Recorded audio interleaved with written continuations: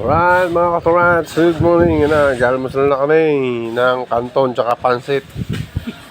May kasamang tinapay sa pandesal.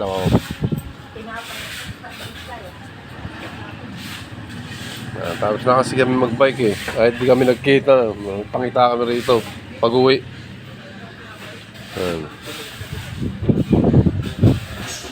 Ano ba, bumili pang tinapay si Richard. Kulang. 10 bits ka. Oh. Yan. Oh. Yan ang kapal naman ito dito. May kanin ka ba dyan?